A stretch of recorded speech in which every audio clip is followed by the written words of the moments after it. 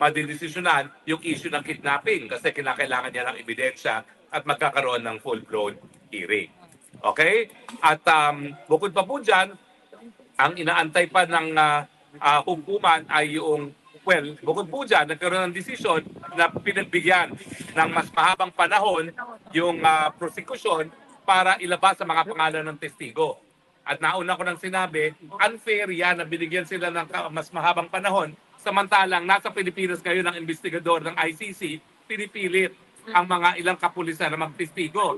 Ang sabi nila, kaya lang nila kailangan ng karagdagang panahon, dahil kinakailangan daw masecure yung seguridad ng mga witnesses. Pero ang katotohanan, kaya kinakailangan nila ng mas mahabang panahon dahil wala pa silang mga testigo. At ayun, ay kumakala pa sila ng testigo. Okay? So anyway, yan po ang ating updates from The Hague. Kahapon din po, ay napakalaking pagpupulong ang nangyari dito sa The Hague at nagtipon-tipon po ang mga Pilipino. Ang estimate ko po, mga 2,000 ang dumating. Tama po? 2,000, bagamat napaka-ulan po kahapon, napakalamig, 2,000 po dumating, nakaisa, at hiningi ang pagpapalaya kay Tatay Digong. Ang ating mensahe, importante yung mga Pilipino dito sa Europa, kasi silang mga European, dapat sila magkastigo sa kanilang gobyerno. Bakit hinahayaan yung ikulong ng mga Dutch sa isang Dutch na kulungan ang Pilipino na kinidnap para humarap sa ICC? Walang kulungan ng ICC kung hindi kulungan ng Dutch. Walang preso na nagbabantay dyan na kung hindi mga Dutch. So kailangan, dahil ang Holland at ang European Union, sinasabing compute sila ng karapatang pantao, bakit pinapayagan nila magpatuloy nakapong si Tatay Digong na alam naman nila na kinidnap para humarap dito sa ICC. Yes. At ngayon, ang tanong natin, sino pa rin ang pinakamamahal na presidente ng Pilipinas?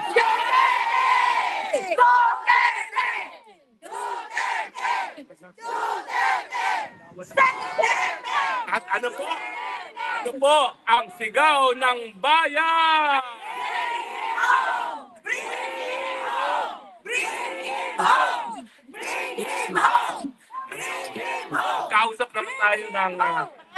Magkausap naman tayo ng ilang mga kasama natin. Taga saan po kayo? Cavite po ako, Cavite, Philippines. Saan po kayo galing dito sa Europa? Sa UK, London po. Sa UK. So, saan po kayo galing dito? To give my support to PRRG. For me, is the best president and nobody else. He is only one who loves the Philippines. That's why I support him. Dito, banda rito naman po. Ako po pero from the UK po kami. Kami po ay bangag na bangag yung mukha nang dahil sa haba ng biyahe namin. Ngayon hindi pa rin kami nangingiwi kahit bangag yung mukha. Kasi hindi kami at maraming salamat po. Atty. Rocky! Alam niyo po, kayong pinasasalamatan ni Tatay Digong. Kasi alam niya na hindi tayo nauubos dito araw-araw. At ang sabi niya talaga, kayo nagbibigay lakas sa loob sa kanya para harapin. Ito naman eh. Okay, ayun po. Ako po from London din, Believe Alameda. Kaya po kami nandito ngayon para po ipakita ang buong pagmamahal at suporta nating lahat kay Tatay Digong. Kami po ay sinabihan, attorney, na binabayaran daw po kami ng 20 euros just to come here. Pero sabi namin, yung 20 euros nila, hindi po kami bayad. May pera po kami. Sa pagpunta dito, kahit Lalo na hindi kami bangag. galing po sa bulsa namin yan. Ang 20 euros po, pambili lang namin ng luling po yan. Yes, po kami. Panglalagan. May pera po kami. May pera po kami. Hindi kami bayad. Sigaw. Hindi kami bayad. Hindi kami bayad. May pera kami. May pera kami. May pera kami. Yan, ang mensahe sa pagpapalis Diyos. Hindi nagdadaan sa pera na. Nagdadaan sa pagmamahal. Kayo po. Manchester United Kingdom from Negros dahil marami ang nagtatanong. They are wondering kung bakit daw tayong mga Duterte supporter ay parang malito lang dito. Dahil ang tanong nila, bakit daw ganun natin kamahal si Tatay Digong? So nag-iisa, tanging sagot ko sa kanila kung bakit ganito kami. Dahil kung ano gusto namin mangyari sa aming pamilya at sa Pilipinas, yan mismo ang ginawa ni Tatay Digong. Kaya minahal namin siya dahil ginawa niyang ligtas ang aming mga pamilya, kami dito sa abroad ay panatag na walang mangyayari sa aming pamilya habang kami dito ay kumakayod para makatulong sa ekonomiya ng ating bansa. So hindi kayo magtataka kung bakit ganyan namin kamahal si Tatay Digong. Dahil kung ano ang gustong mangyari namin sa Pilipinas, yan ang ginawa na ni Tatay Digong. At yan ngayon ay kanyang sinasakripisyuhan dahil sa kanyang gusto na tayo ay ligtas at tahimik ang ating buhay at ang Pilipinas ay maging ligtas at maunlad. Kaya itong ginagawa namin, kahit walang bayad, kulang pa ito para sa ginawang kabutihan ni Tatay Digong, para sa ating pamilya.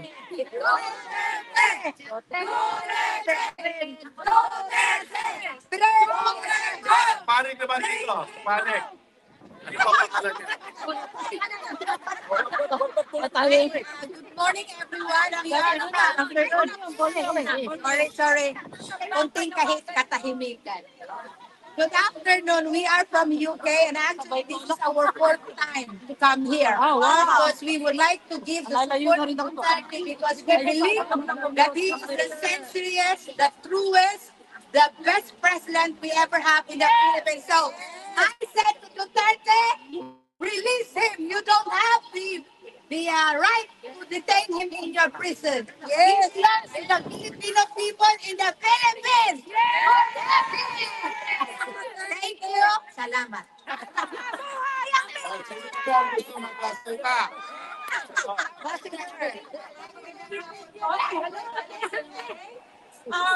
Sa mga nagsasabi, no, marami nga nagtatanong, bakit po kayo nagbumagastos ng mga pera papunta roon?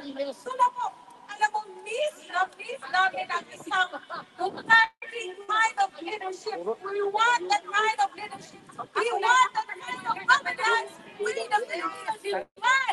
We want the leadership, good leadership, because we Filipinos deserve a best leader like Duterte. Yes. We want to give the message to those corrupt politicians. You will not sit there for long because all we need, the Filipino people, is a good governance, a good leader, a good president, the best Duterte kind of leadership.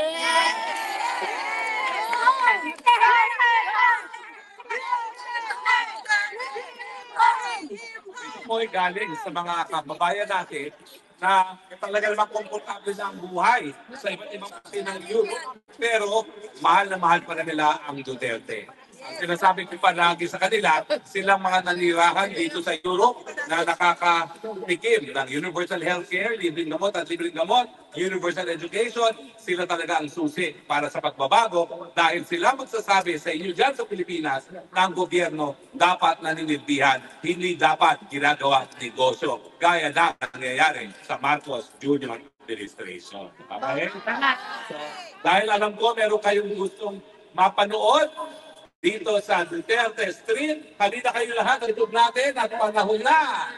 Panahon na para tayo ay magdiwa. Okay? Ano ba kayo? 1, 2, 3. Bayan!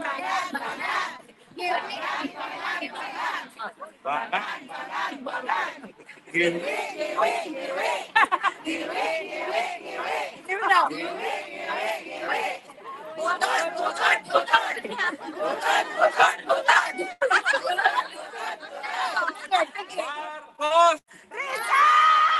Marcos!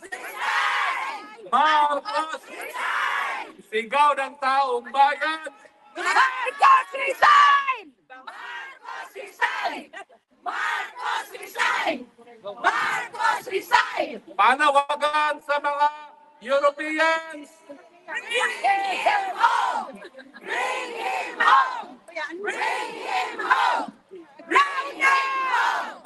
him!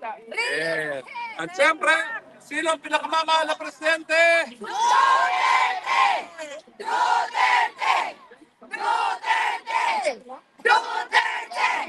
Ang sabi nyo, Marcos resign. Sinong dapat maging presidente?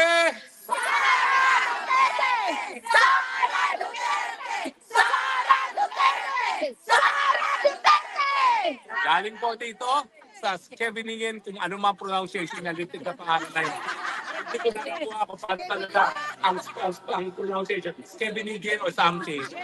Kami kasama mga nagmamahal, Tatay Digong na mga kababayan natin mga Pilipino, nagsasabi, walang iwanan, Tatay Digong. We will be here. Nandito kami araw-araw, hanggang wala ka, at hindi kami alis hanggang ikaw ay tuluyang pinalaya.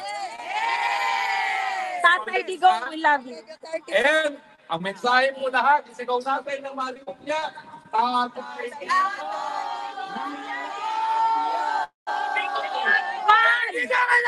Lasa natin. 1, 2, 3.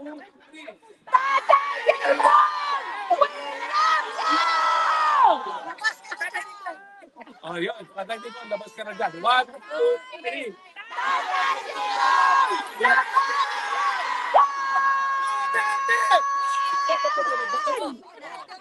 Oh. 1, 2, 3. Kanta na, kanta na. Music please. At bilang pagwawakas sa ating mananggalingang updates from the head, ang ating sound system. Sana. Sana. Ayaw namin ng LDM.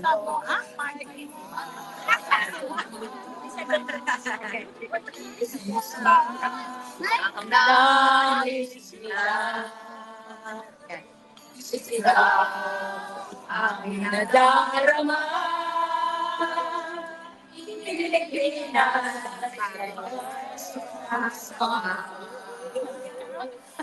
Pilipinas Duterte pa rin ang tunay na nagmamahal sa atin.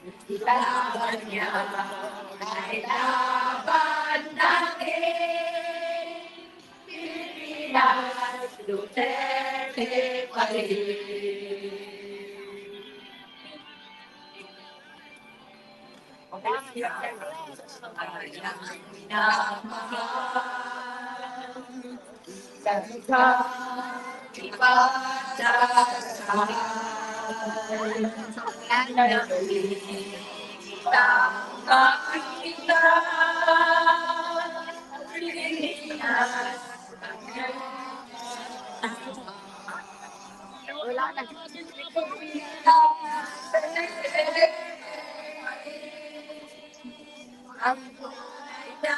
Mamahal sa laban niya. Ay laban natin, Pilipinas, Duterte pa rin.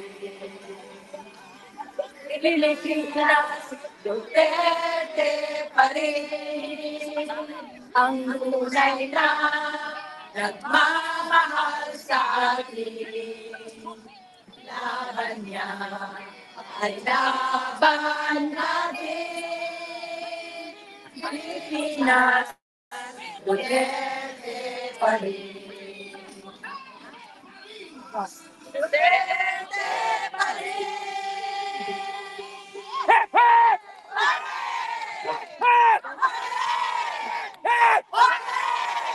We love you, Tatay Digong! We love you, Tatay Digong! We love you! Galing din sa head, pang-stocks ng bayan, nagsasabi, maraming salamat po. We love you, Philippines. The only country we have, the only country we love. God bless the Philippines. Okay, meron pong gusto na dahil sila po ay galing taga UK, hindi alam kung makakabalik para sa birthday ni Inday Sara. Happy birthday! Tingnan natin yung birthday. Oo, dami na dito. Dito na lang po. Okay, kakanta ha. Kailangan malakas ang Dito, dito.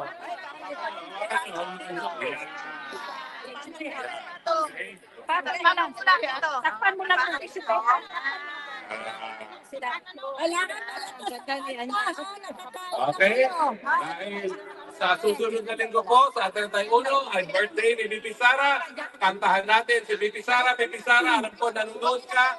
Ito po ang mensahe ng mga kababayan natin sa Europa. 1, and a 2, and a 3. Happy birthday to you. Happy birthday, happy birthday, happy birthday, happy birthday to you. Happy birthday to you. Happy birthday, happy birthday, happy birthday to you.